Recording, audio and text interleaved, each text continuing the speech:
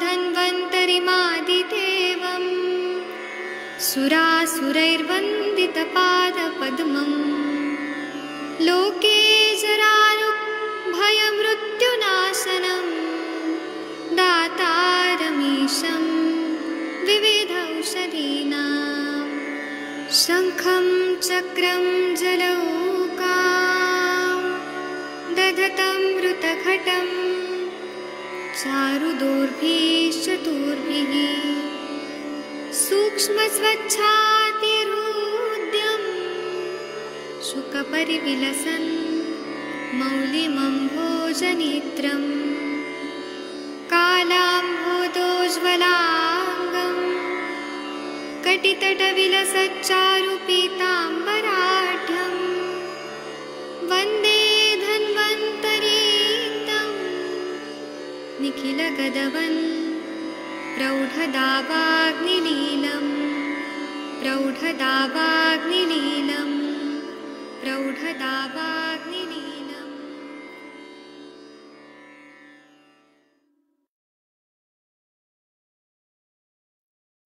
प्रणाम सभी लोग को। मैं वैद्य अरविंद पाठक आप सभी लोग का स्वागत करता हूं। सभी लोग को कोटि कोटि प्रणाम करता हूं। आइए आज हम लोग अष्टांग हृदय पढ़ेंगे। आप सबके सब भारत के सर्वश्रेष्ठ चिकित्सक लोग हैं, सभी को मैं प्रणाम करता हूं। एक मिनट में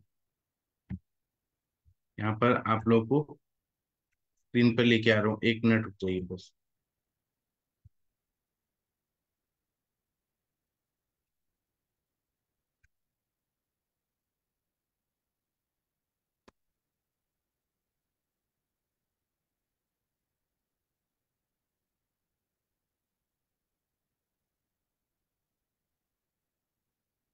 सर, डॉक्टर राम जी, आप कृपया 31 नंबर का श्लोक पढ़ेंगे। प्रणाम सर। जी प्रणाम सर। सर जी।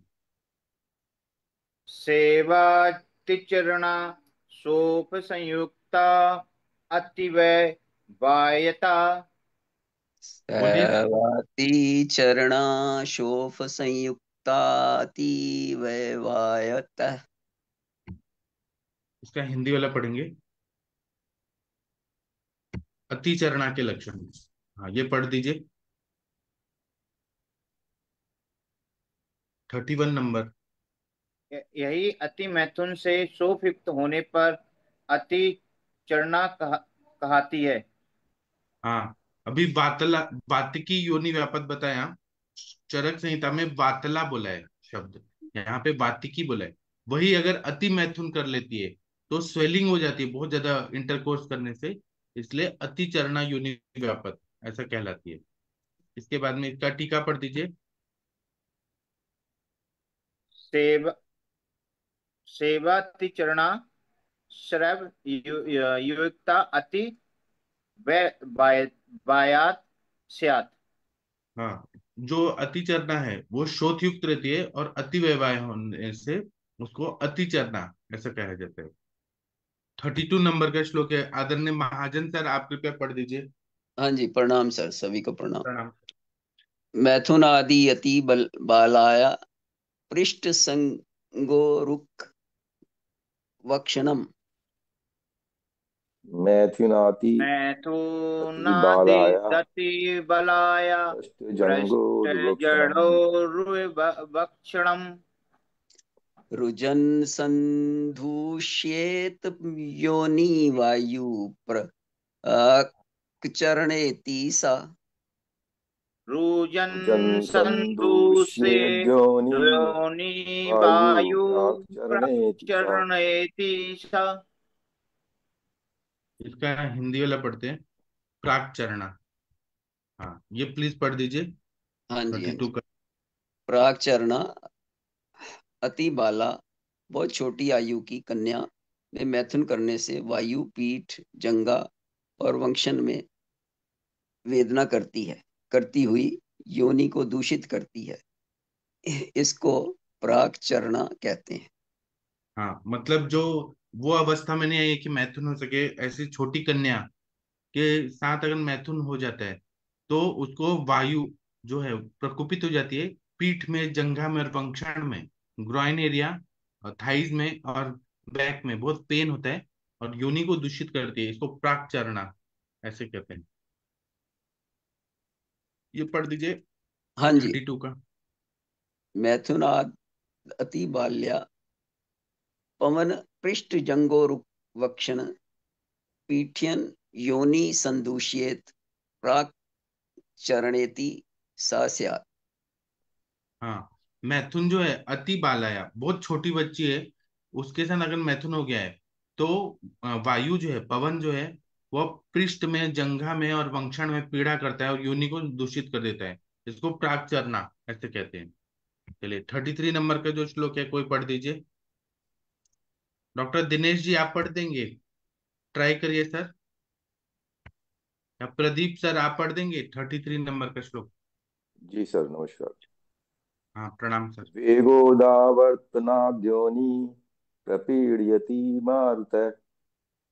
बोलिए सर। वेगोदार्वतनादोनि प्रपीडयति मारुता। मारुता साफेनिलं रजः कच्छा दुदाव्रतमिमुच्यति। साफेनिलं रजा साफल्यनिलं रजा कृच्छा प्रच्छादुदावृत विमुक्षते। विमुच्यति। इयं व्याप दुदाव्रता। इयं यं व्यापदुदावृता। व्यापदुदावृता। इसका हिंदी वाला पढ़ते हैं, उदावृता के लक्षण। हाँ ये पढ़ दीजिए। अधोवातादि वेग के धारण के कारण ऊपर को आई वायु योनि को दबाती है। इससे वह योनि झागदार, बद्ध अर्थात रुके हुए रक्त को कठिनाई से बाहर करती है। यह उदाव्रता है। हाँ, अधोवात आदि वेग को धारण किया गया तो ऊपर भी वायु जो है वो योनि को दबाती है।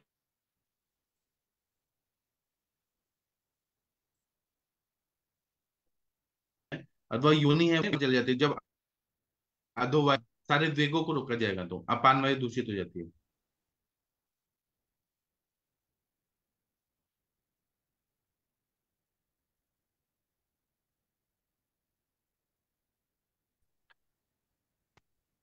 हाँ आवाज एक नहीं आ मिनट रुक रही। जाइए।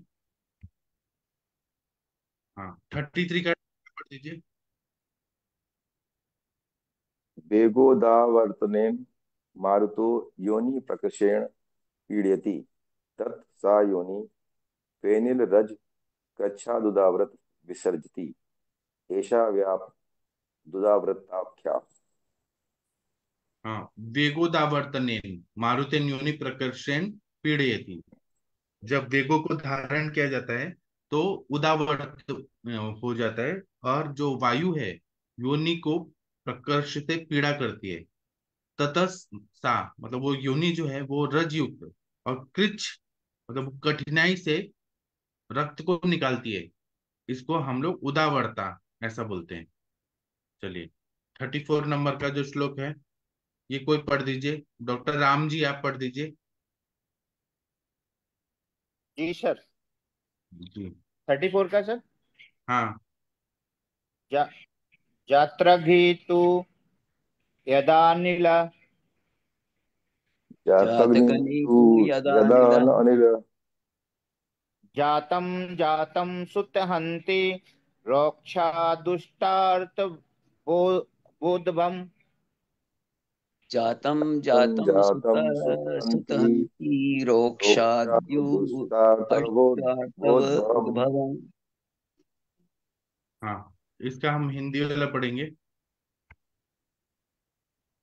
जातग्नि 34 का टीका पढ़िए।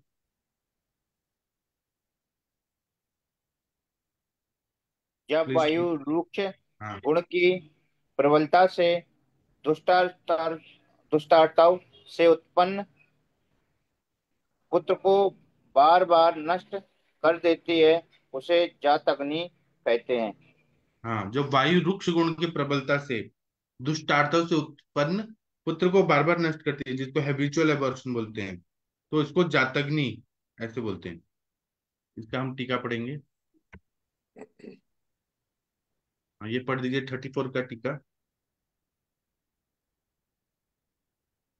यदा तु वायु सुत मुत्पन्न मुत्पन्न रोक्षा दुष्टार्थ हन्ति तदा जात्रग्नि स्यात्।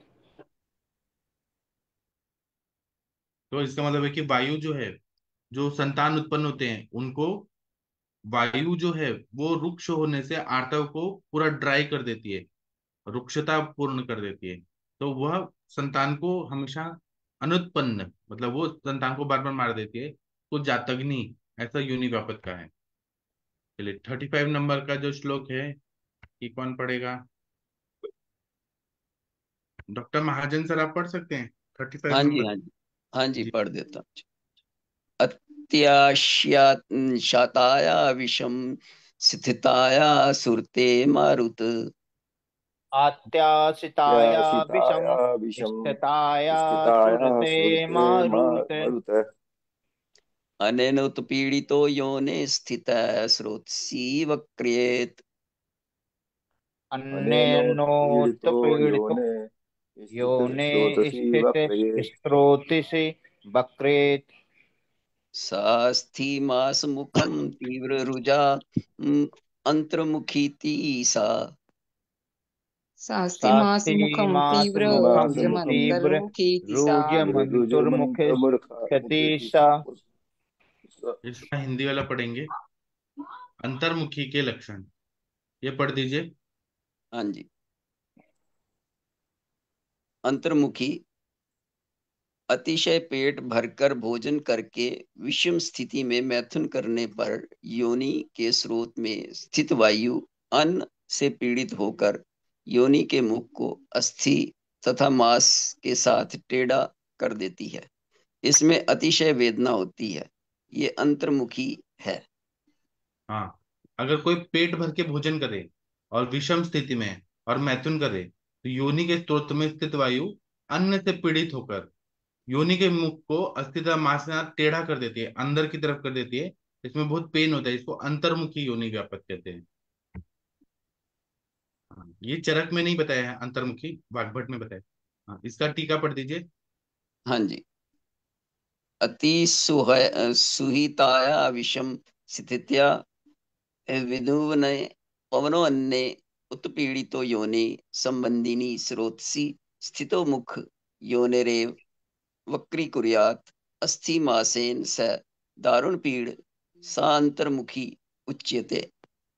हाँ, अति सुहिताय विषम स्थिताय, मतलब कोई बहुत ज्यादा खाना खा ले और विषम स्थिति में रह के अगर मैथुन करे, तो पवन जो है, वायु जो है, अन्न से पीड़ित होकर योनि में वहां के स्थिति में वक्र हो जाती है, टेढ़ी हो जाती है, और उसमें अस्थि और मांस के साथ बहुत पीड़ा करती है। उसको अंतर्मुखी कहते हैं। चलिए 36 नंबर का सविता मैडम जी आप पढ़ेंगी? जी प्रणाम सर, पढ़ती हूँ।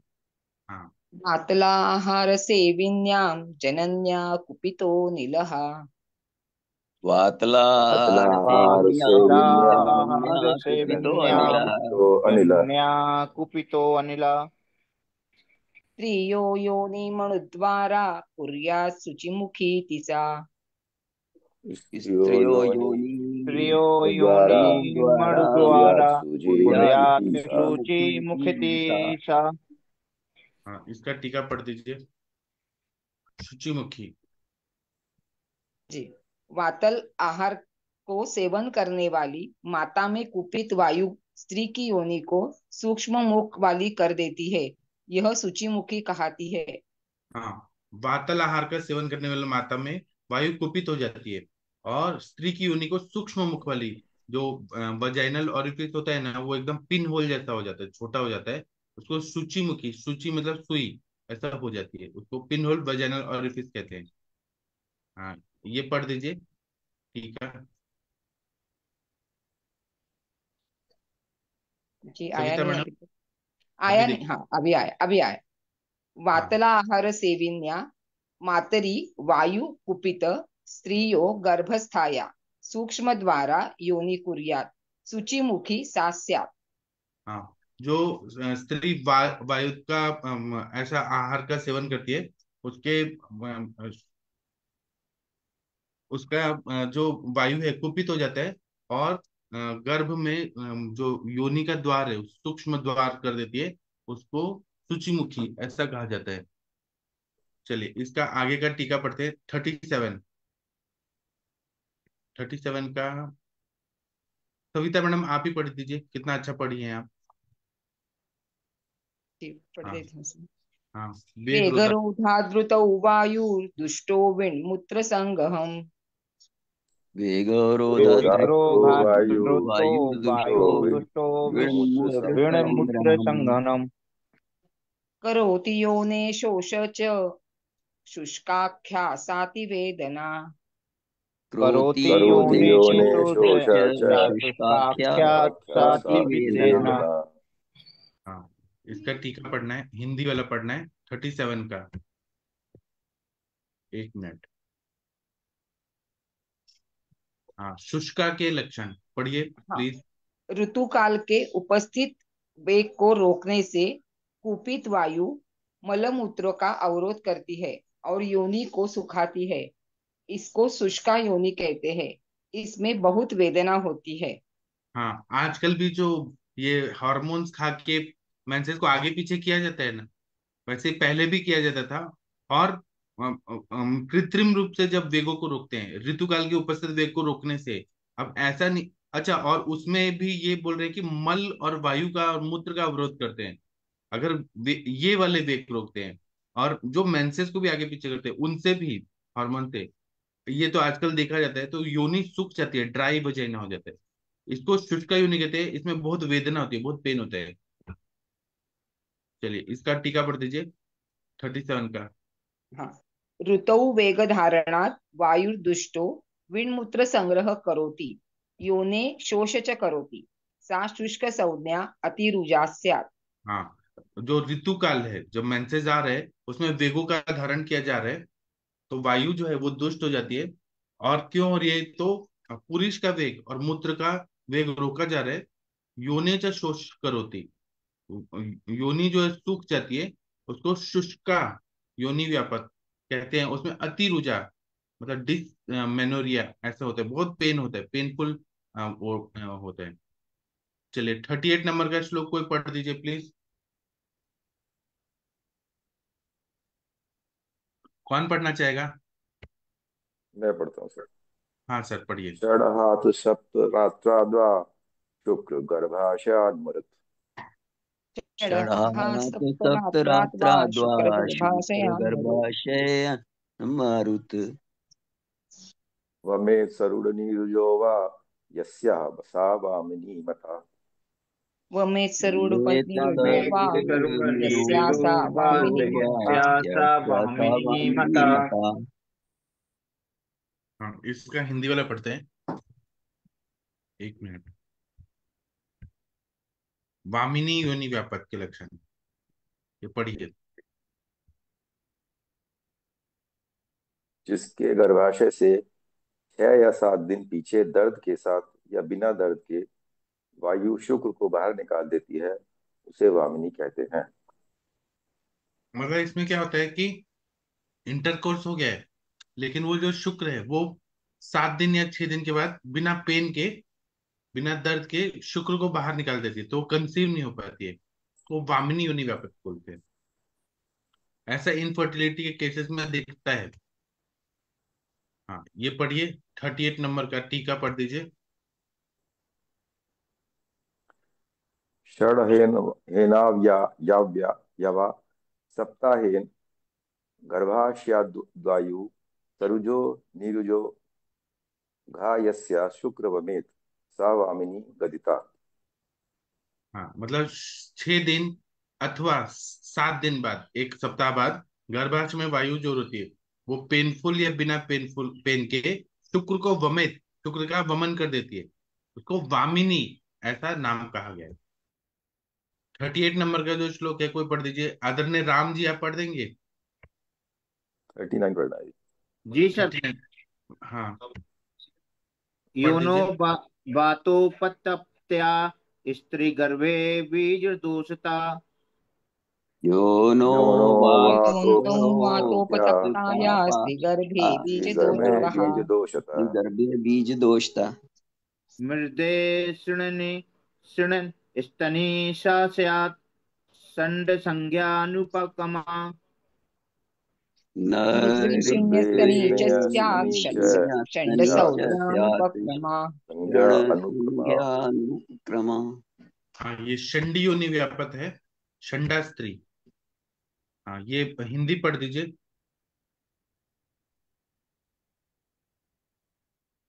39 का हिंदी पढ़ दीजिए सर, राम जी। हाँ सर, पढ़ रहा हूँ। वायु से उपतप्त दूषित योनि में स्त्री गर्भ में आर्तव, बीज के दोष से मनुष्य देश द्वेष करने वाली और स्तन रहित स्त्री होती है। इसका नाम षंड है। यह असाध्य है। हाँ, इसमें बोले हैं कि वायु से दूषित वायु में स्त्री गर्भ में आर्त बीज के दोष से मनुष्य से द्वेष करने वाली, वो ना पुरुषों से द्वेष करती है और स्तन रहित होती है, ब्रेस्ट भी नहीं होते। इसका नाम षंड है, ये असाध्य है।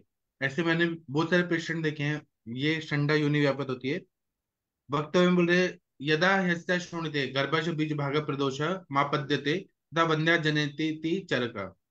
इसमें जो रक्त है, शोणित है, वह गर्भाशय और बीज भाग प्रदुष्ट होता है, तो वंध्या योनि व्यापक, ऐसा चरक संहिता में बोला है। मतलब वो बांझ होती है, बांझ।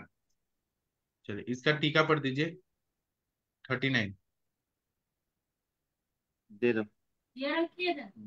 वातोपतप्तया योनो स्त्री गर्भे बीज दोषान्ना रुद्रेपणी स्तन रहिता च स्त्री स्यात् सा षट् संज्ञा अनुपकमा।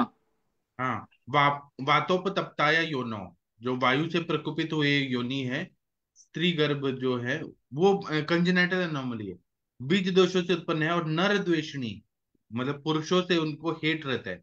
स्तन रहिता च स्त्री स्यात्, स्तन भी नहीं रहते हैं, उसको षंड संज्ञा, और ये अनुपक्रम रहती है, असाध्य होती है, क्योंकि कंजेनाइटल एनोमली रहती है। चलिए आदरणीय वीना मैडम 40-41 नंबर का श्लोक पढ़ सकती है। वीना मैडम आपको दिख रहा है? वीना मैडम नहीं है, हैं? वीना मैडम आप पढ़ सकती हैं क्या? नहीं तो सविता मैडम आप पढ़ दीजिए। जी, पढ़ती हूँ सर। दुष्टो विष्टभ्य योन्यास्यं गर्भकोष्ठ च मारुतः। दुष्टो बोलिए। दुष्टो विष्टभ्यो विष्टभ्य न्यास्यम योनियास्यम गर्भकोष्ठ मारुता। योनास्यं मारुता। गर्भकोशचा मारुता। कुरुते विवृता संस्थां वाति क्रीमीव दुःखिताम्।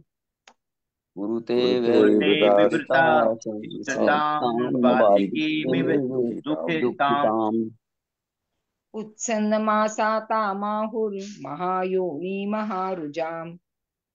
उत्सन्नमासा उत्सन्नमासा तामाहुः ताम्रं महायोनि महायोनि महायोनि महारुजाम्। मारुज्याम्। हाँ, इसका हिंदी वाला पढ़ेंगे 40-41 का, महायोनि के लक्षण। ये चरक संहिता में नहीं बताया, लेकिन इसमें बताया। बताइए, पढ़िए 40-41। हाँ जी। महायोनि दूषित वायु योनि मुख और गर्भाशय को रोक कर योनि को खुली स्थानच्युत वातिक योनि की भांति वेदना युक्त उद्गत मांस वाली तथा अतिशय वेदनाशील कर देती है। इसको महायोनि कहते हैं।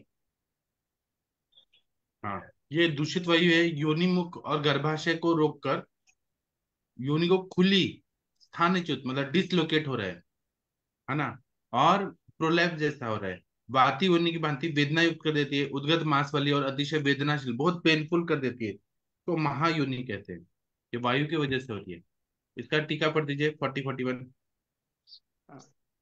पवनो दुष्टो योन्यास्य विष्टभ्य गर्भकोष्ठ च विवृत मुखी भ्रष्टा वातिकीम इव सुदु साम उत्सुष्ट पीशिता प्रकृतत्वात् योनि कुरुते ता महारुजा महायोनि वदन्ति।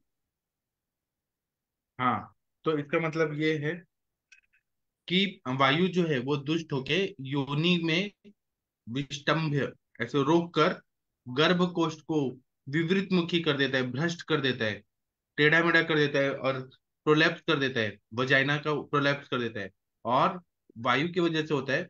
और प्राकृत योनि जो है वो पूरा ऐसे खोल देता है।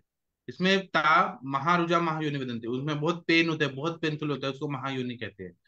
चलिए, आदरणीय सविता मैडम, आप भगवान का कोई प्रेयर कर सकती हैं, या कोई भी भगवान का प्रेयर कर दीजिए। सविता मैडम, आप कुछ करिए ना भगवान का प्रेयर।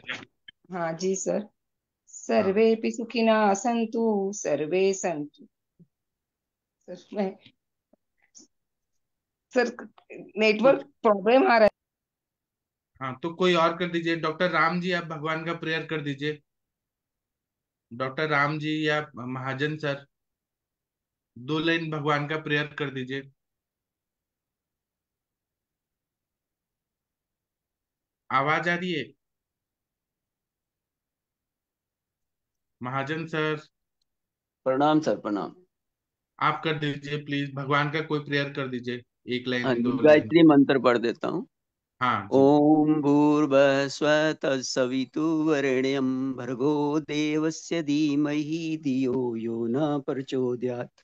ओम भूर्भुवः स्वः तत्सवितुर्वरेण्यं भर्गो देवस्य धीमहि धियो यो न प्रचोदयात्। ओम भूर्भुवः स्वः तत्सवितुर्वरेण्यं भर्गो देवस्य धीमहि धियो यो न प्रचोदयात्।